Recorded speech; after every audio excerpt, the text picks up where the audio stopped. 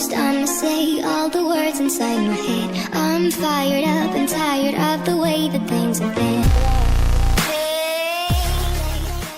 Hi, Madalyn. Thank you so much for joining me. Hi, Caitlin. Thank you for having me. Your story caught my attention. I used to live in Brooklyn for 12 years, and I watched in horror at what happened and what has become of the once liberal bastion and the city I, loved. I am so impressed and glad that you had the courage to post your story and your speech on Instagram, because you were robbed of that opportunity to do it in real life. I wanted a chance to let you speak more on your experience that day. Thank you. Yeah, I thought I was pretty much prepared for it to be wild, and I've been watching, so I saw what happened in Tacoma, I saw what happened in Portland. I don't think anything can really prepare you for that kind of onslaught of not just hatred, but actual violence. This was like, it's surreal because it's happening in front of the police. It's happening in front of people who are just picking up their coffee and walking by like nothing's going on. So the surreal juxtaposition of being in downtown Manhattan, where on the other side of the street, people are just passing by. I saw women coming out of City Hall and go like this to me and just go walk by, like just wanted to have no part of what was going on. Do you think they knew that it was Let Women Speak event, or do you think that that just was a symptom of that New York mentality of just, I need to go about my business, so this doesn't exist? New York. Okay. Yeah. I don't think people knew. And I think you're probably running into that a lot with the far reach you have, the more people are like, no, this can't be. No, you're exaggerating. That didn't happen. There is an echo chamber that exists. And if you pretty much, unless you watch Fox News, in terms of if you only digest mainstream media, if you're not on like turf Twitter or whatever, or if you don't have a friend in your life speaking out, it doesn't exist in your world. We live in like two different countries, and mainstream media will not platform feminists that are fighting this. They just won't do it. Women who are in this movement are trying to like get the word out, because we've been like blackout censored. Not me, but like, Kara Dansky. I mean, no, all of us though. I mean, our side of the story is not being told. Even, I mean, there was so much violence against women that day. And if you go on most non-Fox, we're painted as an anti-trans rally. We're not an anti-trans rally. We're a pro-women's free speech rally. This channel was also meant to elevate feminist spiritual history and magic and moon magic and womb wisdom, although I've been so caught up with Kelly J. Keene's tour and some of the opportunities I've had speaking with Iranian women and now Kara that I haven't had a chance. So you're my first episode that I want to get into that, because you spoke about that in your speech and it literally brought me to tears. And this is a very new thing for me.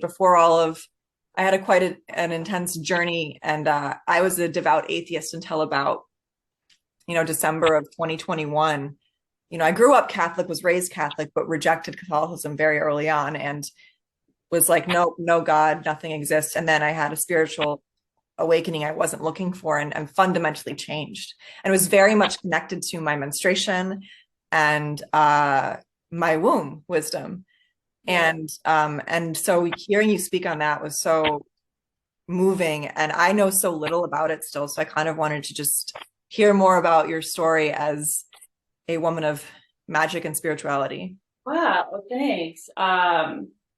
What I might call like consciousness, one consciousness, where it's always been very present in my life, and I'll call it spirit, I'll call consciousness, like, it's hard to name that which cannot be named, So I basically was the type of person growing up that would kind of like just break down in my darkest hour to like get some help, that kind of thing, and be like, help me, this kind of relationship. And then as you were young. Yeah. Oh, that's so cool. Yeah, but it was and it was almost like, you know, if you fall down and you cry, you know, it's just like a natural, like, if there's anybody out there. Were you Some, raised in a spiritual household, or is this something that you just had intuitive? I mean, I do think that children are very connected to the spirit world, and it's life and society that kind of splits our body and our soul up to disconnect us. So you seem to have stayed connected with that part of your childhood. But did you grow up in a house that? I mean, yeah, to some extent. My mom was raised Catholic and raised as Catholic until she came out as a lesbian, and we were cast out of all of, you know, those circles and half her family, you know. So being, you know, being labeled TERF at this point in my life, it's like I've already been there. I've already experienced what it's like to be cast out and hated for being yourself or aligning with lesbians. You know, you can't really go there with me now. It's scary, honestly, but really when I center, it's like it hurt when I was young, and it made me feel like I had to hide when I was young. But I can't do that anymore, you know. And so it's very liberating to do what we're doing, and I think that's incredibly effective and contagious. You know, I'm very optimistic about this because, you know, why not? Well, truth will out. Exactly. No matter how much you try to bury it, the truth will reveal itself, especially something as intrinsic and truthful as biological reality. I know. So I know, and it's so, you know, my whole real journey of like actually being very conscious of let's just say my fuller self, you know, the ultimate reality, that kind of thing. That really started in my early 20s, where it was like, okay, I'm really consciously going this way now. And I feel that I was pulled, you know, like you said, I think this happens to most people. I think it happens our whole life. And eventually we go, okay, what is that? Like, let me look into it, because it's a part of you, you know, and you're nudging yourself all the time.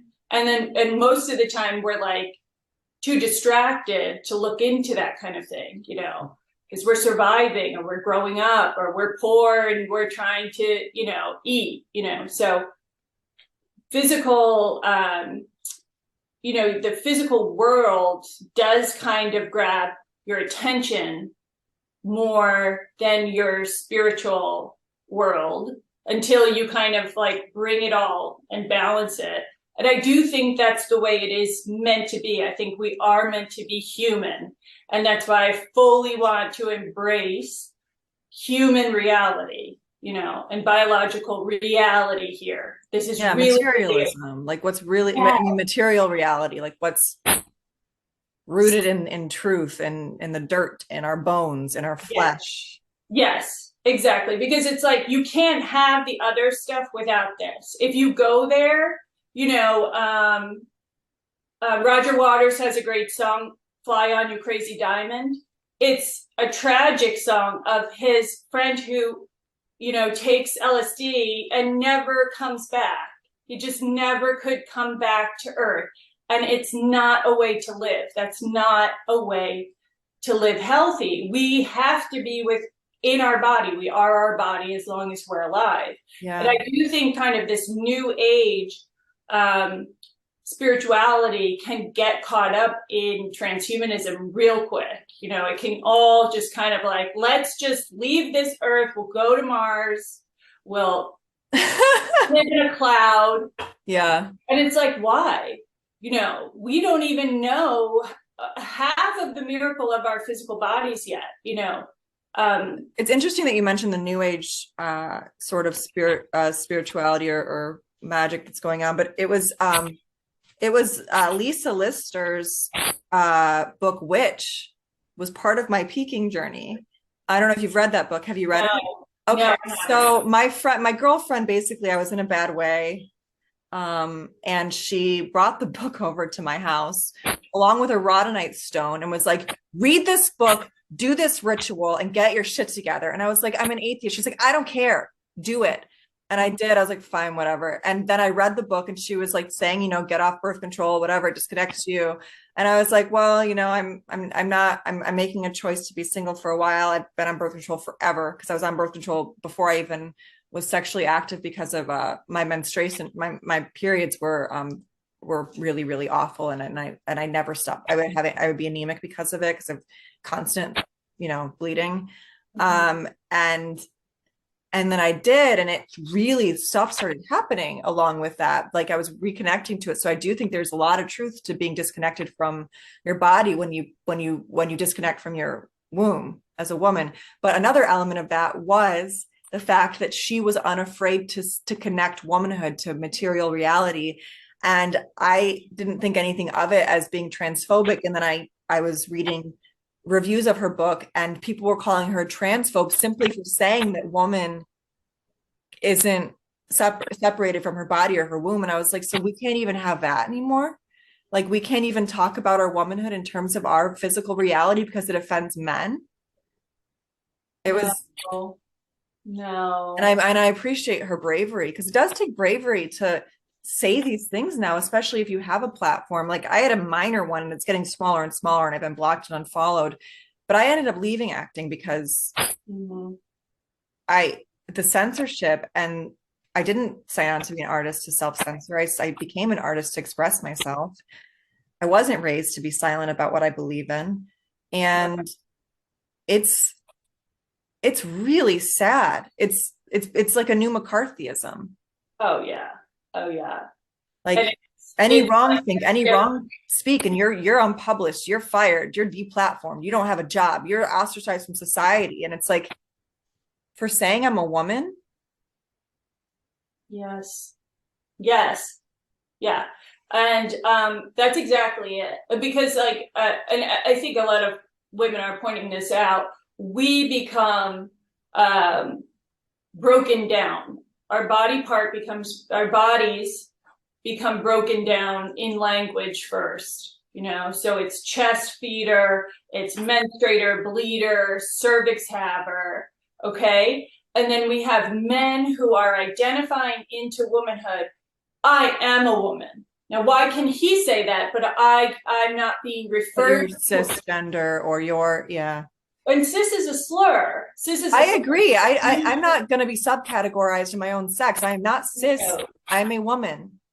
That's it. Exactly. One thing that really unifies the world, you know, this is what like unifies us cross political lines, cross cultures. This is so simple, but it also shows how propaganda works and how people can get into a group think and kind of go on a wave and kind of lose all reason in a massive way, you know. And I think that we can kind of level this back out. I think we can grab onto a reality. Otherwise, I wouldn't be speaking up. And I feel like I have to. I have a daughter. I have. Your dog is the biggest in this fight. Right. So I care. I can't imagine how difficult it is to raise a child right now, especially a daughter, but any child with the internet, with the porn, with the denial of her reality, with the gaslighting, with the dissociation from parents. It's you have such a this is it's gotta be the hardest time to be a parent maybe ever. I probably have to agree with that, you know, because it's not besides like a famine, this is attacking the mind and the spirit rather than starving the body or, you know, some kind of. Do you set how old is she, if you don't mind me asking? She's 19 months. Babe. Congratulations. Thank you. So she's my second, and I have a boy who's almost 3. Okay. So you know, and I he's just as much why I fight for this. I mentioned daughter, I put her in the artwork because it's this maternal woman kind of bloodline about you know, how we carry, you know, through the woman, through our mother's side, and grandmother, we carry our stories, and the stories are kept mostly from the men in the family to protect the men, emotionally protect them, but also we carry it in our DNA, So I believe, have you ever seen, like, if someone sings into the water and the molecules become a certain way, if they scream, it becomes a different kind of a way. And that's kind of how our cells are too. And this is all, for me, this is all based in physical material reality and how incredible we are and how much we're communicating cross generations with the women over here. Okay. So I think that, we could all have our different interpretations. I would say they're communicating with me literally. Oh, I agree. Right? Now, I'm curious, what's the historical reference? Because I've never heard of that, where women would carry the emotional wounds and the emotional stories and not tell the men. So I'm curious, what is that? Well, that's my own personal experience with especially having a disabled mother who needed a lot of physical help and emotional help. She leaned heavily on her daughters. And I do see that mothers tend to do that with their daughters, and that from a feminist perspective, it would be the daughters are maybe conditioned to be more nurturing to the younger siblings. I mean, I do think there are innate differences between men and women that are natural and not necessarily socialized. And I think the emotional element, the natural maternal instinct to care, to nurture, is part of our DNA. It's part of our body. It's how we're designed, because we literally grow life. If we have the fortune of doing that, we feed off of our bodies, and I think that there can be a lot of resentment towards feminism, because for a long time the ruling narrative was a rejection of any natural differences and innate differences between men and women. And I think that's a strength of women, that we, and we balance each other out. And it doesn't mean that, like, the family has to be a male and a female necessarily, but like, in terms of the world and how it functions, a masculine and a feminine rooted in a natural body is part of the balance of life. Absolutely. Yes. And that's perfect, because you are using masculine and feminine. We're not talking about femininity, masculinity. There's divine feminine and divine masculine principles. And a woman will embody those differently, based on DNA or based on our spiritual journeys that we've kind of, signed up for, or what we find ourselves in. And so it's really, my artwork or my work is really centering that line, whereas instead of looking at nurturing as supporting others, going like out, but nurturing is actually like holding the center. I hold the center. This is a powerful position. This is an honor, so it's not some chip on my shoulder. It's not something that I'm trying to run from, but you have to kind of grow into that in this culture, because there's a lot of femininity that we want to run from because it is toxic. Yeah, like I do think that what I love about feminism is the rejection of sexist stereotype gender roles, like that women must wear makeup and women must dress this way and the hair must be done and the heels. And, if you like that, if that makes you, like, I like makeup sometimes. I like to wear heels sometimes. There's things I like, but it's the compelling of it, or the feeling that women have where, we're not, I often post stories on Instagram with no makeup intentionally, because I think that not because I think wearing makeup is wrong, but because I think that women should be able to show their face without makeup and not have it be this thing where it's ugly or inappropriate or unworthy. I want to talk a little bit more about your spirituality. So how do you do rituals? How do you sort of exercise that? I see you holding something. It looks like you're holding.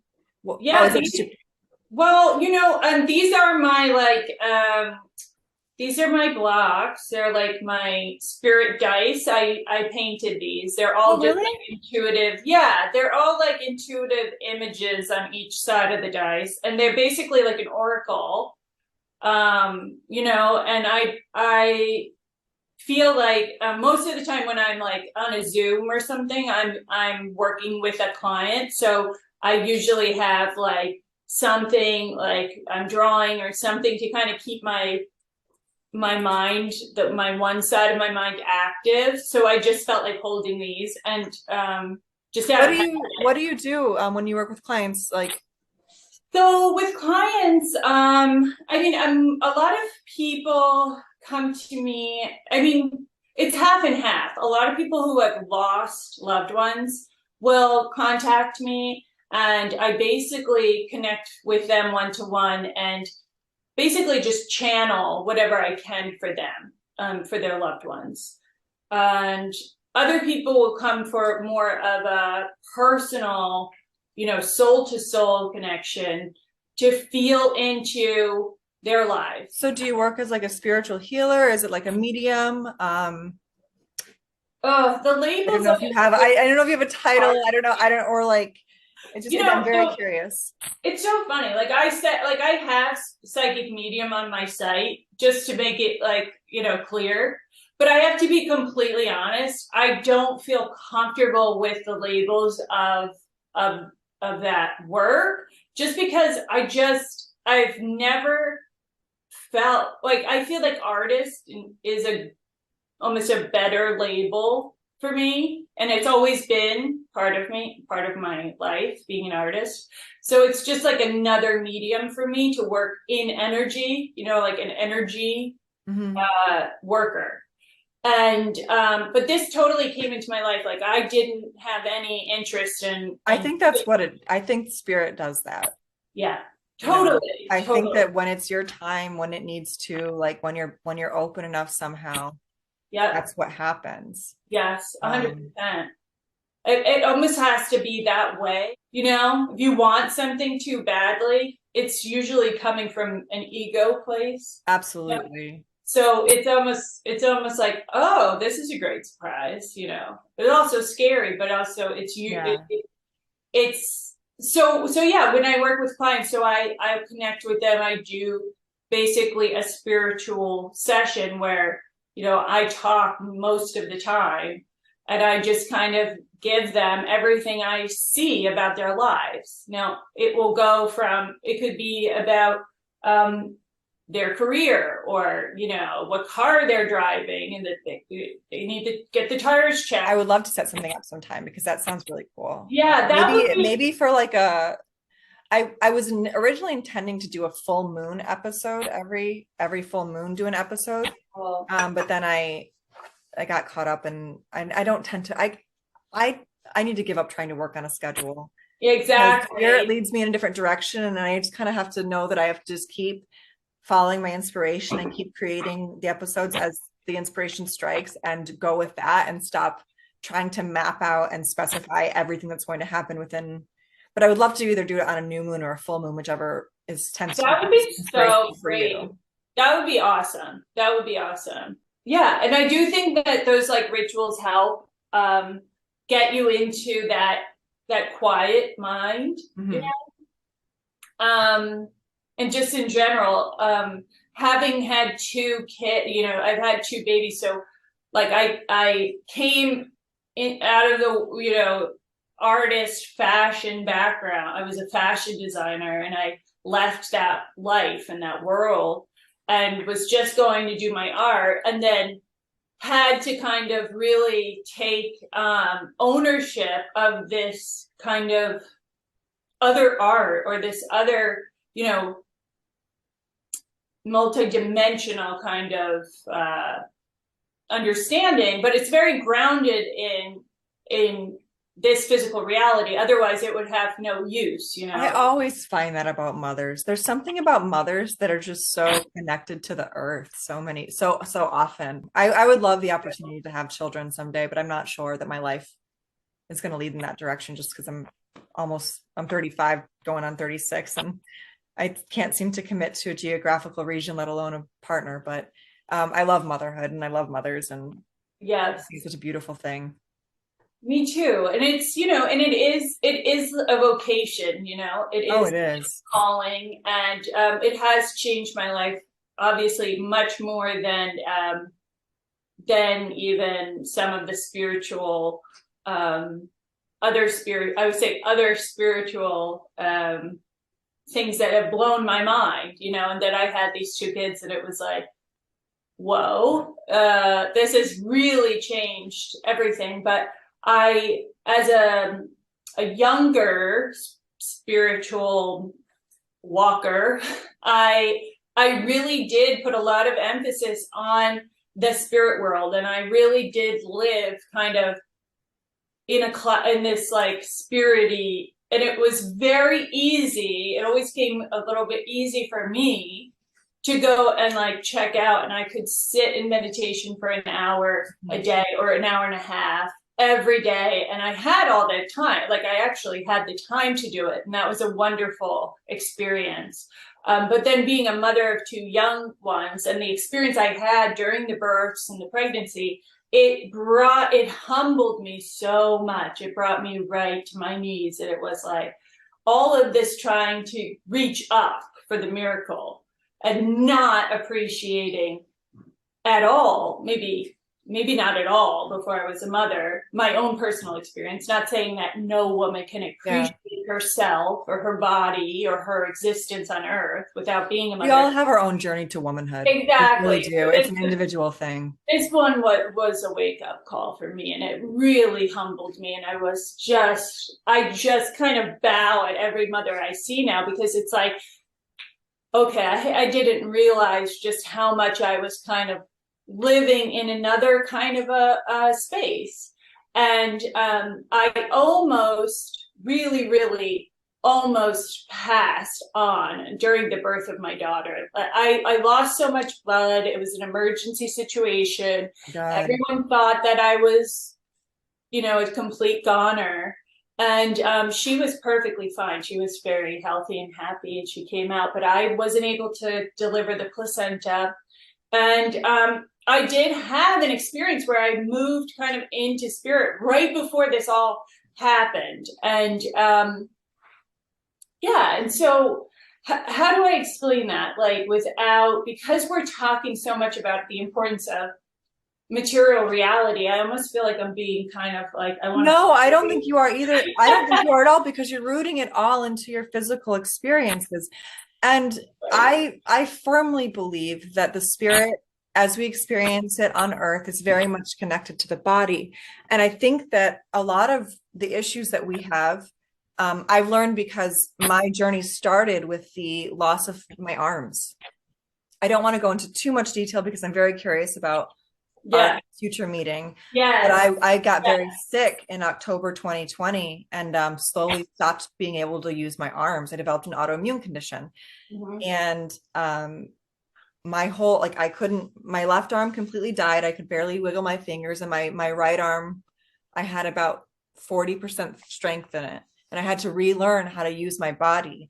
And I started doing acupuncture on a friend's recommendation, and because my physical therapist told me the needling would help wake up my muscles. The actual physical needling jolts your muscles awake.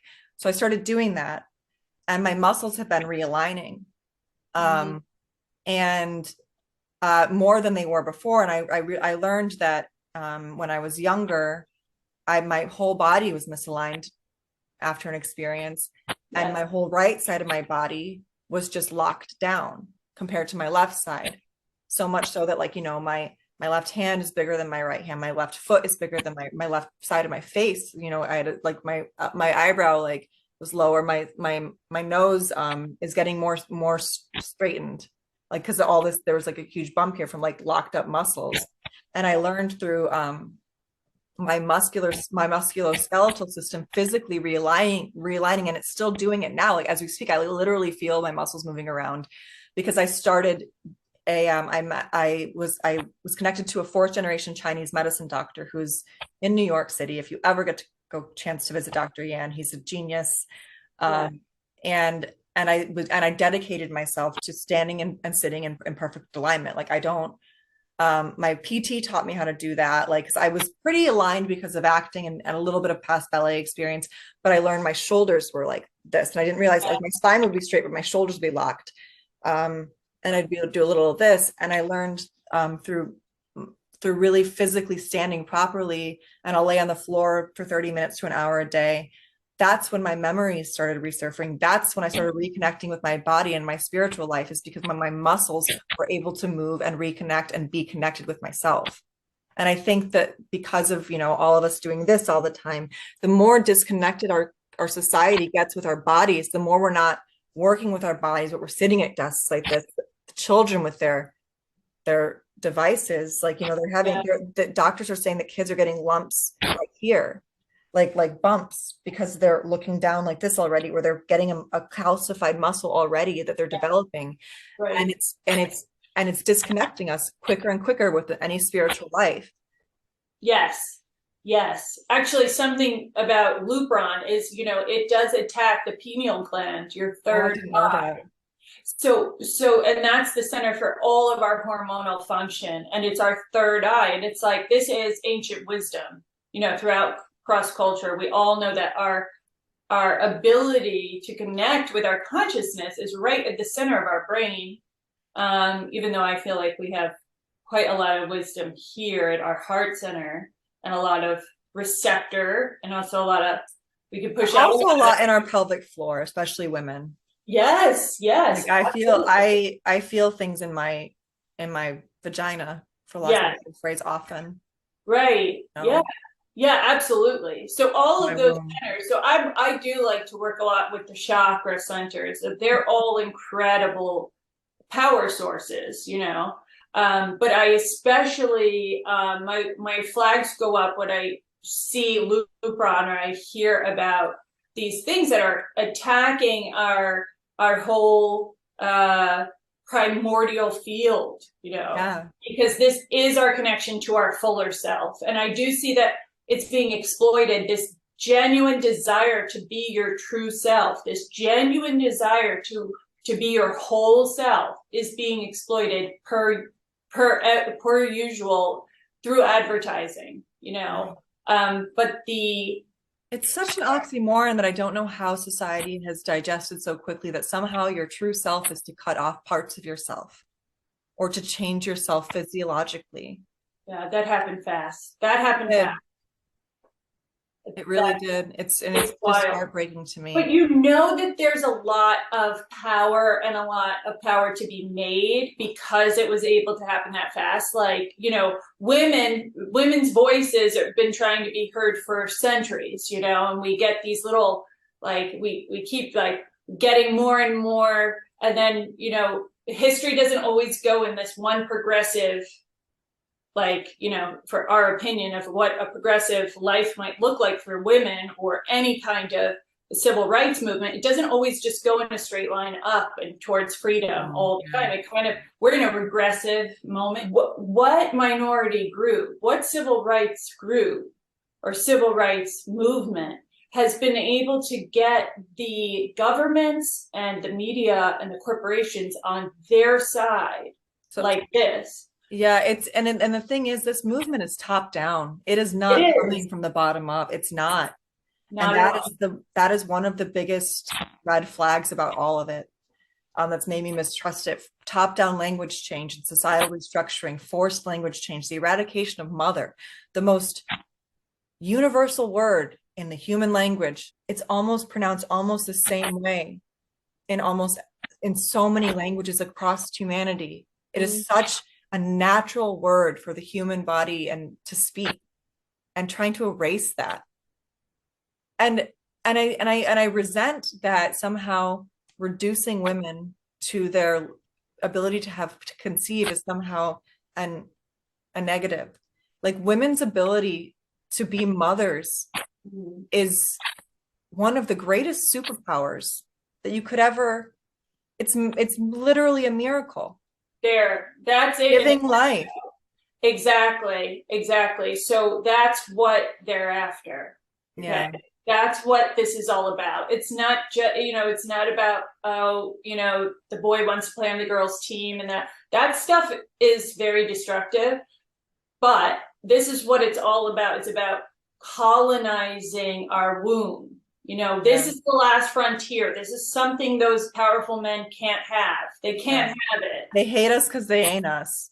Exactly. Yeah. And hate really, it stems it's fear. From, it's fear. It's fear. And the opposite of that is what we are, and that's why it's so important to be pro us and not anti anything, because anti push it, that's like giving them weights to lift and get stronger. You push against it, it gets stronger.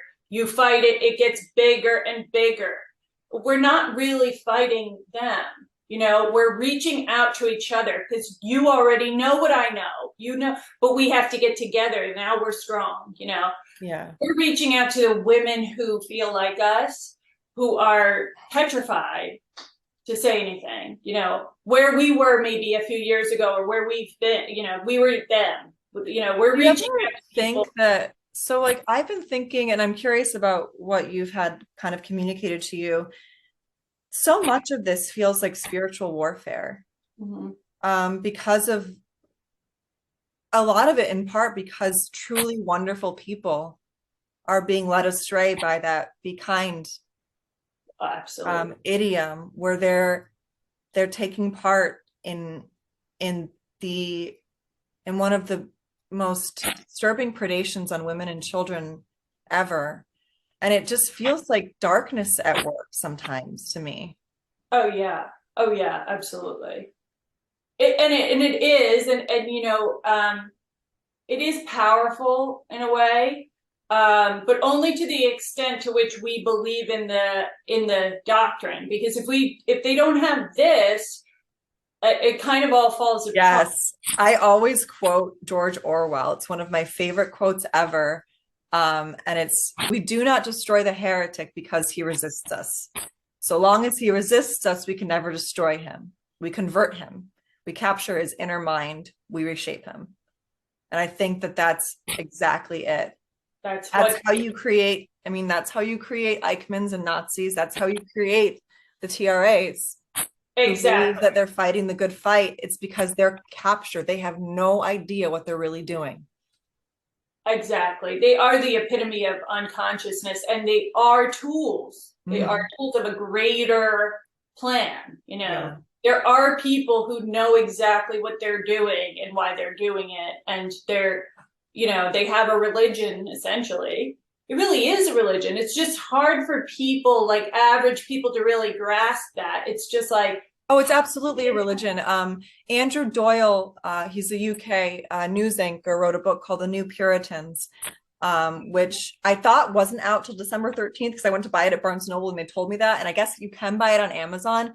But because December 13th is Taylor Swift's birthday and dates are very important to me, and she's one of the artists of my life, I thought the fact that I originally thought it was meant to be purchased on December 13th means I'm supposed to purchase it on December 13th. So I'm waiting to read it, but it's called The New Puritans. It's called The New Puritans. Okay. It's about gender ideology. Is he also a doctor, or is he just a writer? I don't believe so. No, it's called GNB News. It's kind of smeared often for being right wing. But I watch a lot of their clips on Twitter, and they're pretty much the only mainstream media in the UK that will talk about this and platform dissent often as well. And so I see a lot of their clips being shared in the TERF Twitterverse, and I've seen quotes from that, and I thought it was just available in Europe right now. But yeah, it's called The New Puritans, and it's absolutely a religion. Yeah. And it's very cult-like. It's very cult-like. It's a very cult-like. Where if you leave, where if you detransition, where if you're rejected. Yeah. You're blocked. Absolutely. For any dissent, like the simplest dissent, like a girlfriend of mine who I've known since I was 3 years old, blocked me simply for speaking out about Leah Thomas, which should be the most obvious and easy thing to understand to be against, is to see a 6'4" male dominating women's sports. Yeah. That should be. But it just shows you how detached you have to be from your own instinctual, wisdom of your body to not be able to see with your eyes what's so plain, you know, and but you know, it's not like unprecedented. Human beings have a tendency to detach from things that they see that they don't want to see. You know, people will see what they want to see until the moment, like what we talk about is that part of yourself, it's never going to stop trying to get your attention. You know, there's always going to be hope for your friend to go, oh God, and wake up. Like, no matter how deep the cult is, people can. But I don't reach out to those people because they have blocked me. They've cast me out of their family. They've left me for dead, essentially, you know, that kind of feeling. That kind of feeling where it's like, don't you know me? Don't you know that I love you? Like, they don't. I always like to end with what you'd want to say to a woman right now, or any American, but this is a female platformed channel who might be afraid of speaking out. That's a great question, because that is most of the women who want to speak out, who aren't, are coming from the left, and the left is lefty circles, you know, whether or not you're very political or not. If you live in New York or very kind of left-leaning communities, they will outcast you. Let me just tell you that those people around, they already sense it. They already know, you know, we sniff each other out. And there is no reason for you not to be your full self, because like Mary Daly said, they're going to punish you if you sin this much. They're going to punish you if you just say, I don't want to put my pronouns in my profile. They're going to come for you for this much resistance. So you might as well be your entire glowing truth-telling self. So, and I think that is kind of just to quote Mary Daly, her message is basically mine too, because it's the best one I've ever heard. It's absolutely true. And there is an element, I knew I was hurting my spirit by denying this, and it has been the most liberating experience. And though I've lost friends, though I've been blocked, I've also met, so it's like, welcome to the true friend part of your life. Yeah, totally. Well, I'm so glad to have, met you. Yes. And I do always get to the Northeast usually once a year with work. So, hopefully someday we can connect in person. That would be awesome. Yeah. And I definitely want to continue speaking on Instagram and also schedule that future. Okay, let's do that. That'd be great. Okay. Awesome. Well, it's wonderful speaking to you, Madalyn. Thank you so much for joining me. Thank you for all you're doing. Yes, thank you.